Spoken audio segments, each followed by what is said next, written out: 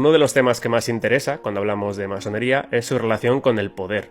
Se habla mucho sobre esto, unos dicen que es cierto, que tienen mucho poder, otros dicen que son teorías de conspiración. Entonces lo que me he propuesto hacer en este vídeo es tratar justamente este tema, ¿no? ¿Qué es lo que se sabe, qué es lo que está demostrado en relación a la masonería y el poder? Pues en este sentido tenemos que recordar los orígenes mismos de la masonería, ¿no? Desde la masonería operativa, es decir, la medieval, ya veíamos que era un gremio que tenía privilegios respecto a otros gremios, es decir, podían hacer cosas, ya vemos ahí la relación con el poder, porque ellos podían hacer ciertas cosas que otros gremios no podían. En este caso me refiero a la libertad que tenían de desplazamiento por todo el continente europeo para construir las catedrales e iglesias. Es decir, era un gremio que tenía este privilegio, ¿no? Esta libertad de movimiento. También tenemos que recordar que los primeros masones aceptados, es decir, los que no eran constructores, pero sí que empezaban a ser iniciados en las logias, eran nobles pudientes, es decir, que podían mantener económicamente las logias a cambio de ese secreto o ese conocimiento oculto que tenían los constructores. Es decir, no se iniciaba cualquiera, eran las clases nobles, las clases pudientes, ¿vale? Las clases con poder. Es más, vimos que incluso las monarquías, la realeza, era la que también tenía interés en pertenecer a la masonería. Por tanto, estamos hablando de monarquía, nobleza, burguesía. No estamos hablando de los estratos más bajos en la sociedad, sino que eran los poderosos, por tanto.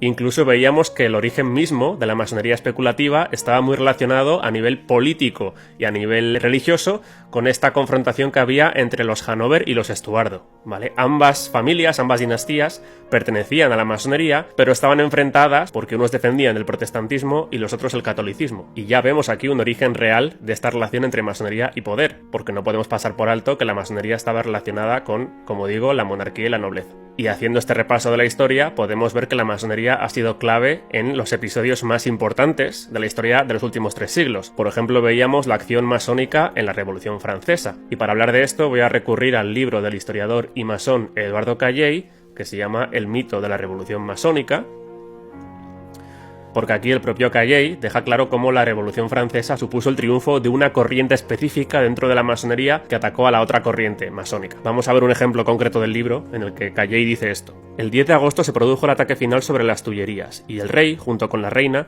fueron encarcelados en la antigua torre del Temple. Señalemos, de paso, que al frente de los marselleses que asaltaron el palacio marchaba un francmasón, Westermann. Cantaban un himno que había sido compuesto por otro masón de nombre Roger de Lille en honor del ejército del Rin, la marsellesa. Al día siguiente, la Asamblea Nacional destituyó al monarca y abrió el camino para la proclamación de la República. Ya no había espacio para los realistas constitucionales. Muchos emprendieron el exilio, pero no todos lo lograron. Lafayette huyó de París, pero fue capturado por los austríacos que lo acusaron de sedición contra el monarca y lo tuvieron preso durante 5 años. Como contrapartida, el masón Danton, convertido en nuevo ministro de Justicia, invitó al pueblo a castigar sin piedad a los contrarrevolucionarios, es decir, a los que se oponían a la Revolución Francesa, acto que derivó en un baño de sangre en el que los religiosos se convirtieron en blanco preferido. Esto ya lo mencioné cuando hablaba de la acción masónica contra el cristianismo, ¿no? Contra el catolicismo particularmente. Además, en el libro más adelante dice también esto.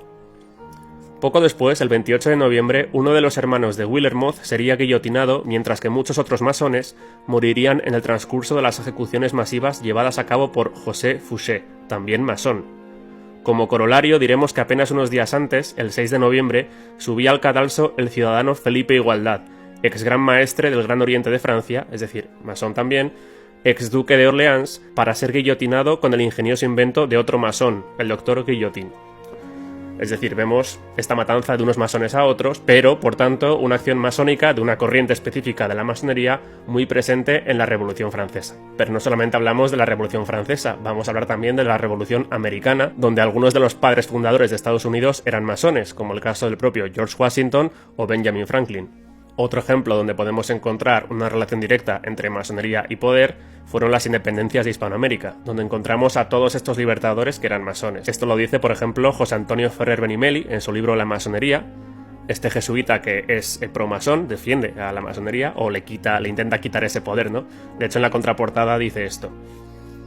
Sin querer adjudicar a esta organización una especial relevancia o papel en nuestra historia que no ha tenido ni tiene, o sea, dice que no ha tenido ni tiene, y luego dentro vamos a ver esto que voy a leer. Entre estos masones ilustres, líderes de la independencia, o si se prefiere, de la formación de naciones, podríamos citar a Washington, Bolívar, San Martín, O'Higgins, Rizal, Martí, Garibaldi, Sandino, Lafayette, Franklin. todos masones y todos protagonistas en la formación de nuevos países. Luego dice que la masonería no tiene un papel importante en la historia, mientras dice a su vez que todos estos líderes de las independencias eran masones. En España también tenemos ejemplos claros de episodios históricos donde la masonería ha sido fundamental, ¿no? Estamos hablando, por ejemplo, del trienio liberal en 1820, el sexenio revolucionario de 1868 a 1874 o la Segunda República entre 1931 y 1939, con ejemplos como los presidentes de la República, Diego Martínez Barrio, que además de ser presidente era gran maestro del Gran Oriente Español, y Manuel Azaña, que se inició en la masonería, aunque luego en su diario podemos leer que no le importaba nada todo aquello, lo dice así, no me importaba nada todo aquello, pero él sabía que tenía que iniciarse en la masonería para competir contra su rival, que era Lerroux, que era masón.